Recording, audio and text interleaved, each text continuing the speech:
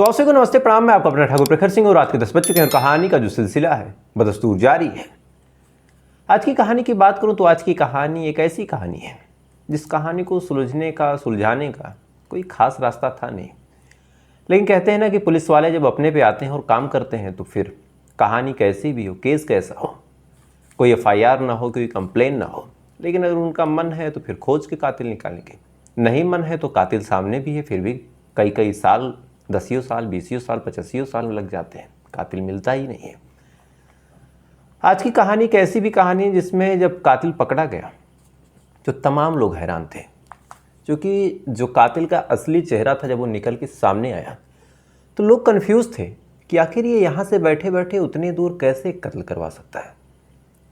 DIG जो थे, जब उन्होंने इस पूरे घटना के बारे में सुना तो उन्होंने पुलिस वालों को इनाम भी दिया, क्योंकि ऐसी कहानी और ऐसी चीज़ें जल्दी होती नहीं है जिस हिसाब से पुलिस वालों ने केस सुलझाया था। अब पूरी कहानी क्या है वो आपको सुनाता हूँ। मध्य प्रदेश के छतरपुर में एक गांव पड़ता है, मुड़हरा गांव, और बात कर रहा हूँ इसी साल 2024 के, अभी कुछ दिन पहले की। इसी मुड़हरा गांव में एक कुआं है और उस कुएं से कुछ बदबू आ रही थी। अब जब बदबू आई तो आसपास के लोगों ने देखा कि बदबू किस चीज़ की है। शुरुआत में उन्हें लगा कि शायद कोई जानवर वगैरह गिर गया हो। उसके बाद जब उन्होंने अंदर झांक के देखा तो उन्हें काले रंग का बोरा दिखाई दिया। अब पानी लगभग साफ था, क्योंकि कुछ साल पहले तक उस पानी का यूज़ किया जा रहा था और उस कुएं की खासियत थी कि जो जगत थी वो थोड़ा सा ऊपर थी, तो कूड़ा करकट बह के कुएं में गया नहीं। तो जब बोरा देखा, ऊपर से जो बोरा था वो काले रंग का था और कुछ दिखा नहीं, कोई जानवर नहीं, कोई और चीज़ नहीं, तो गांव वालों को थोड़ी सी चिंता हुई। एक मन में अजीब डर भी था कि इस बोरे में क्या हो सकता है, क्योंकि बदबू आने का जो रीजन था गांव वाले जान चुके थे, किसी बोरे से आ रहा। लिहाजा उन्हीं में से किसी ने कहा कि इस बोरे को खुद खोलना या फिर खुद निकालना सही नहीं होगा। एक काम करते हैं, पहले पुलिस को बुला लेते हैं। पुलिस की मौजूदगी में अगर ये तमाम चीज़ें हों तो शायद ज़्यादा सही है। इसके बाद फिर पुलिस को बुलाया गया। पुलिस आती है। आने के बाद अब पुलिस की मौजूदगी में उस बोरे को निकाला गया, बोरे को खोला गया, और जैसे ही खोला गया तमाम लोग सन्न रह जाते हैं। बोरे के अंदर एक सड़ी गली लाश थी। अब जैसे ही लाश मिली, देखने के बाद ही गांव वालों में हड़कंप कि ये लाश किसकी है, कहाँ से यहाँ पहुँच गई, क्या गांव के ही किसी सदस्य की है या फिर आसपास की किसी सदस्य की है। ये तमाम चीज़ें पुलिस वाले परेशान, बदहवास, आसपास के लोग भी परेशान। बहरहाल पुलिस वालों ने अब उस पूरी जगह को अच्छे से चेक किया। उसके बाद बॉडी को अच्छे से चेक किया, जो कुछ कागज़, डॉक्यूमेंट, तमाम चीज़ें निकली उनको लेके फिर बॉडी को पोस्टमार्टम के लिए भेजा। इधर आसपास के लोगों से अब पूछताछ शुरू हुई कि क्या इस आदमी को कोई जानता है, क्योंकि जो डॉक्यूमेंट थे वो भी लगभग, जो कागज़ मिले थे, क्योंकि ये लाश कई दिन पुरानी थी, लिहाजा ज़्यादातर कागज़ ख़राब हो गए थे। कहीं नाम दिखे तो एड्रेस नहीं, कहीं एड्रेस दिखे तो नाम नहीं, कहीं फादर का नाम दिखा तो कुछ और नहीं दिखा। यानी टुकड़ों टुकड़ों में पुलिस वालों के पास चंद कागज़ थे, एक सड़ी गली लाश थी, बाकी ना कोई सबूत, ना कोई सुराग, ना कोई मोबाइल फ़ोन। और इसी के सहारे अब पहले तो मरने वाले के बारे में पता करना था और फिर कातिल के बारे में, और तब जाके पता चलता कि ये कत्ल आखिर हुआ क्यों। पुलिस वाले अब जांच पड़ताल शुरू करते हैं। सबसे पहले आसपास के तमाम लोगों से पूछते हैं कि क्या इस आदमी को कोई जानता है।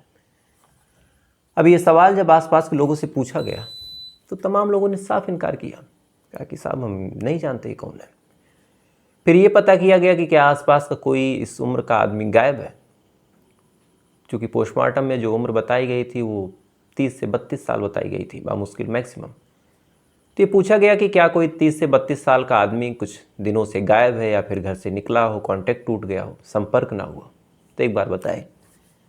अब आसपास के लोगों से जब ये पड़ताल हुई तो आसपास के लोगों ने फिर कह दिया कि नहीं, ऐसा कोई नहीं है, हमारे आसपास के जितने लोग हैं सब सुरक्षित हैं। अब जैसे जैसे पुलिस वालों को ये जवाब मिल रहे थे, पुलिस वाले परेशान कि आखिर कातिल कौन है, और कातिल तो छोड़िए, अभी मरने वाला कौन है, बधित कौन है, यही नहीं पता। क्या करें क्या करें। इसी दौरान फिर उन्होंने एक फ़ैसला लिया कि चलो आसपास के जितने थाने हैं उनकी थोड़ी सी मिसिंग कंप्लेन वगैरह भी खंगाल लेते हैं। क्या पता कुछ मिल जाए। उन्होंने वो भी खंगालना शुरू किया। बदकिस्मत देखिए कि यहाँ से भी कुछ नहीं मिला। उसके बाद उन्होंने एक पूरा नोटपैड बनाया और नोटपैड पे इस मरने वाले शख्स की जितनी डिटेल थी उसको अलग अलग सोशल मीडिया के प्लेटफॉर्म पे सर्कुलेट करना शुरू किया। अलग अलग थानों में भेजा कि फले रंग के शर्ट और फला रंग के पैंट में एक इस उम्र का लड़का मिला है, ऐसी ऐसी लाश की हालत है, शक्लो सूरत ऐसी रही होगी, तो अगर कोई गायब हो, किसी से संपर्क टूटा हो तो आप बताएं। अब ये फ़ोटो, ये तस्वीरें, जो कुछ डिटेल डिस्क्रिप्शन पुलिस वालों ने लिखा, ये सोशल मीडिया के माध्यम से अलग अलग फ़ोन में तैरती चली गई। देखते देखते ये पूरी चीज़ें वायरल हो गई। लोग अलग अलग ग्रुप्स में फॉरवर्ड करते रहे और इधर पुलिस वालों के पास जो कुछ कागज़ थे एक बार उनसे भी पड़ताल करने की कोशिश की गई। तो इधर सोशल मीडिया का एक सहारा, इधर जो छोटे मोटे कागज़ के टुकड़े मिले थे सड़े गले हालत में, उनकी मदद। तो ये तमाम चीज़ें जब पुलिस वालों ने एक साथ चेक की, पड़ताल की, तब पता चला कि जो मरने वाला शख्स है ये तो उत्तर प्रदेश का है। और इसी उत्तर प्रदेश में एक बेहद मशहूर जगह है झांसी, और इसी झांसी में एक गांव पड़ता है कटेरा गांव। ये मरने वाला शख्स कटेरा गांव का रहने वाला मोहन प्रजापति है। अब ये टीम ये बात सुनती है, जो टीम इस चीज़ की जांच पड़ताल कर रही थी, यानी मध्य प्रदेश के छतरपुर की टीम, तो सुनने के बाद पहले तो सन्न रह जाती है। क्योंकि मान लीजिए कोई मामला हो 2-4-10 किलोमीटर दूर का हो, 20-30-50 किलोमीटर दूर का हो, या फिर एक ज़िले का हो, तब भी पुलिस वालों के लिए चीज़ें थोड़ी सी आसान होती है। लेकिन एक लाश जो दूसरे राज्य की है, दूसरे ज़िले की है, उस दूसरे राज्य के दूसरे ज़िले में कैसे आ गई? अब इतना बड़ा सवाल, जवाब कोई नहीं। अब पुलिस वालों ने फिर पड़ताल करने की कोशिश की, कॉमन लिंक ढूंढने की कोशिश की कि आखिर कुछ तो कॉमन लिंक होगा। इधर परिवार से फिर कांटेक्ट किया गया, उनको बताया गया कि आपके घर के लड़के की लाश मिली है। परिवार वाले जब ये बात सुनते बेचारे बदहवास, उन्हें कुछ समझ नहीं आ रहा कि क्या करें। उनसे पूछा गया कि क्या आपको किसी पे डाउट है? उन्होंने कहा कि साहब हम किस पे डाउट करें, अब कहीं से ना कोई सबूत, ना कोई सुराग, और सबसे बड़ी मर्डर मिस्ट्री तो यही कि ये लाश यहाँ से यहाँ पहुँची कैसे। अब पुलिस वालों ने कहा कि काम करते हैं, थोड़ा सा मोहन प्रजापति के बारे में बैकग्राउंड खंगाल लेते हैं कि आखिर बैकग्राउंड क्या है। इसके बाद बैकग्राउंड खंगालना शुरू हुआ। जब बैकग्राउंड खंगाला गया तो पता चला कि कुछ साल पहले तक तो मोहन प्रजापति जो है यहीं पे किसी की गाड़ी वगैरह चला के अपने जीवन को पालता था, लेकिन इस टाइम ये गुजरात रहता है और गुजरात से ही अपनी पूरी ज़िंदगी को पालने का, पोसने का काम करता है और गुजरात से ही नौकरी करता है। और 17 तारीख को यानी 17 अप्रैल को ये अपने घर से गुजरात के लिए निकला था नौकरी करने। उसके बाद से कांटेक्ट हुआ नहीं। अब एक आदमी जो रहने वाला झांसी का, नौकरी करता है गुजरात में, लाश उसकी मिलती है मध्य प्रदेश के छतरपुर में, तो आखिर ये पूरा मामला क्या है? पुलिस वाले परेशान, लेकिन अब कातिल को ढूंढना भी है। तो उन्होंने एक काम किया, उन्होंने पता करना शुरू किया कि जहाँ पे लाश मिली मुड़ेहरा गांव, वहाँ पे, और उस गांव का जहाँ के ये रहने वाला शख्स है मोहन प्रजापति यानी झांसी के कटेरा गांव, क्या इन दोनों चीज़ों के बीच कुछ भी कॉमन है? यानी एक ऐसा कॉमन लिंक जो मिल जाए तो शायद कुछ बात बन जाए। अब पुलिस वालों ने जब इस एंगल पे पड़ताल की तो एक चीज़ पता चली। दरअसल इसी मोहन प्रजापति के गांव का रहने वाला एक शख्स था जिसका नाम था शैलेश। इस शैलेश की जहाँ पे लाश मिली थी उस गांव में ससुराल है। पहली कॉमन चीज़ ये मिली। और दूसरी कॉमन चीज़ मिली कि जो शैलेश था कुछ साल पहले तक जो मोहन प्रजापति है उसका ट्रैक्टर चलाता था, यानी शैलेश का वो ड्राइवर था। और फिर कुछ टाइम बाद दोनों में विवाद हुआ और विवाद होने के बाद फिर मोहन प्रजापति ने वो नौकरी छोड़ी और उस नौकरी को छोड़ने के बाद ही मोहन प्रजापति जाता है गुजरात वहाँ कमाने। तो यहाँ पे दो ऐसे कॉमन पॉइंट थे जहाँ पुलिस वालों को लगा कि अगर कुछ मामला बन सकता है तो शैलेश से ही पूछताछ करके बन सकता है। लेकिन अब शैलेश से किस आधार पर पूछताछ करें? तो उन्होंने कहा कि कुछ और पता करते हैं। तब उन्होंने पता किया कि आखिर वो लड़ाई झगड़ा हुआ क्यों था कुछ साल पहले। तो जब ये चीज़ पता की गई तब बेहद हैरान करने वाली चीज़ पता चली। दरअसल शैलेश का मोहन प्रजापति की बीवी से अफेयर चल रहा था। दोनों एक दूसरे को पसंद करते थे, दोनों एक दूसरे से बातचीत करते थे। इसी बात की जानकारी जब मोहन प्रजापति को हुई तो फिर मोहन काफ़ी नाराज़ हुआ, अपनी बीवी को भी समझाया। उसके बाद शैलेश के यहाँ उसने नौकरी छोड़ी। इसी बात को लेकर विवाद भी हुआ था। उसके बाद से ही मोहन चला गया गुजरात कमाने। तो यहाँ पे 3 पॉइंट मिले। पहला कि ससुराल का कॉमन लिंक, दूसरा मोहन प्रजापति से लड़ाई झगड़ा भी हुआ, और तीसरा मामला प्रेम प्रसंग का। तब पुलिस वालों ने कहा कि चलो अब हाथ डाल सकते हैं, लेकिन अगर कुछ और चीज़ें मिल जाए तो शायद मामला और आसान हो जाए। इसके बाद पुलिस वालों ने 2 और काम किए। पहले तो शैलेश की लास्ट लोकेशन खंगाली कि ये कहाँ आया, कहाँ गया, क्या उस गांव में इसकी लोकेशन थी, और साथ ही उसकी कॉल डिटेल खंगाली। अब ये 2 चीज़ें जब पुलिस वालों ने खंगाली तब 2 चीज़ें पूरा मामला सॉल्व कर देती हैं। पहला, जब लास्ट लोकेशन और कॉल डिटेल खंगाली गई तो कॉल डिटेल में शैलेश का जो मोहन प्रजापति है उसकी बीवी से बातचीत होना अभी भी पाया गया, और घंटों घंटों बात हुई, और 17 तारीख को सबसे ज़्यादा हुई थी, जिस तारीख को ये कहा गया कि मोहन प्रजापति घर से निकला था। और दूसरा, शैलेश और मोहन प्रजापति के फ़ोन की लोकेशन एक साथ मिली 17 तारीख को, और ये लोकेशन आती है मुडेहरा गांव तक जहाँ पे लाश मिली थी। तो फिर शायद इतना सबूत पर्याप्त था अब शैलेश से पूछताछ करने के लिए। उसके बाद पुलिस वालों की टीम शैलेश को उठा लेती है। उठाने के बाद जब उससे पूछताछ हुई तो फिर उसने अलग अलग कहानियाँ गढ़ी कि मैं अपने ससुराल गया था, उसको लेके गया था, फिर क्या हुआ मुझे नहीं पता। लेकिन हर एक बयान में लड़खड़ाहट, हर एक बयान में उलझन, हर एक बयान में कुछ न कुछ झूठ बोलना पुलिस वालों ने पकड़ लिया। और पकड़ने के बाद जब उन्हें लग गया कि ये बंदा अब झूठ बोल रहा, तब उन्होंने कहा कि एक काम करो, या तो अब तुम सच बता दो, नहीं तो फिर हमारे पास और तरीके हैं। उसके बाद पुलिस अपने पुलिसी अंदाज में जब पूछताछ करती है तो पूछताछ करने के बाद फिर एक कहानी निकल के सामने आई, और ये कहानी इतनी हैरान करने वाली थी कि लोग शन्न थे कि आखिर मदद करने वाला मदद क्यों कर रहा। दरअसल 3 साल पहले की बात है।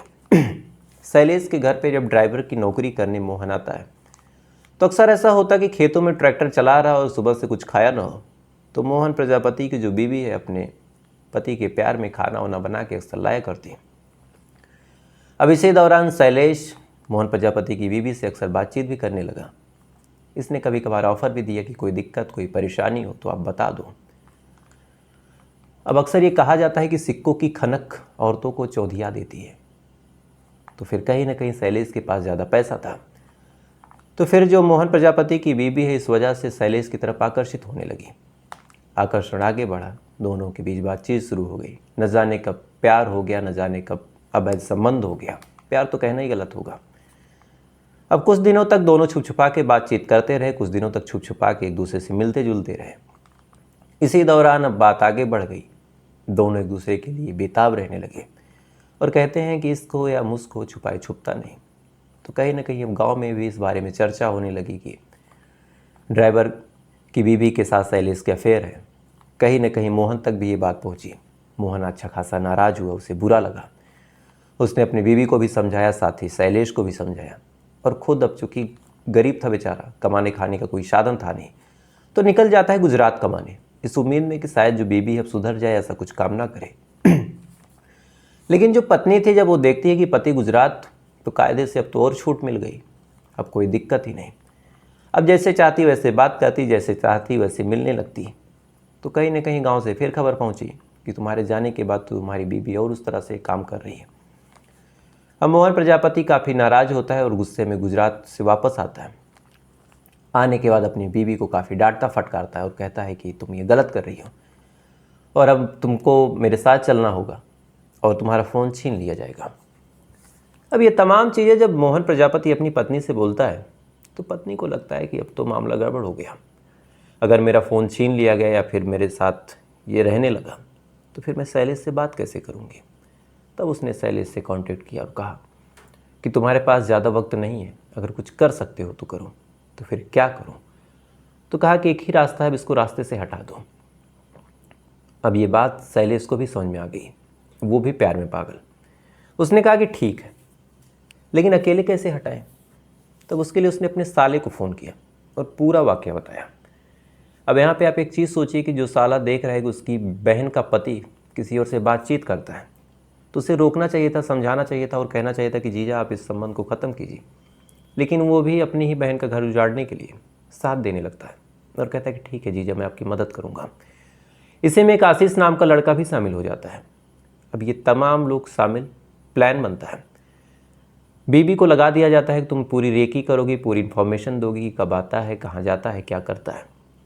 लगातार बीबी जो थी रेकी कर रही, लगातार इन्फॉर्मेशन कलेक्ट कर रही। इसी दौरान फिर पता चलता है कि 17 तारीख को यानी 17 अप्रैल को वापस जाएगा मोहन प्रजापति। अब गरीबों के साथ ये भी एक समस्या है कि इधर घर टूट रहा, लेकिन रोजी रोटी कमाने के लिए घर छोड़ना भी पड़ा। 17 तारीख को मोहन बेचारा अपने घर से निकलता है।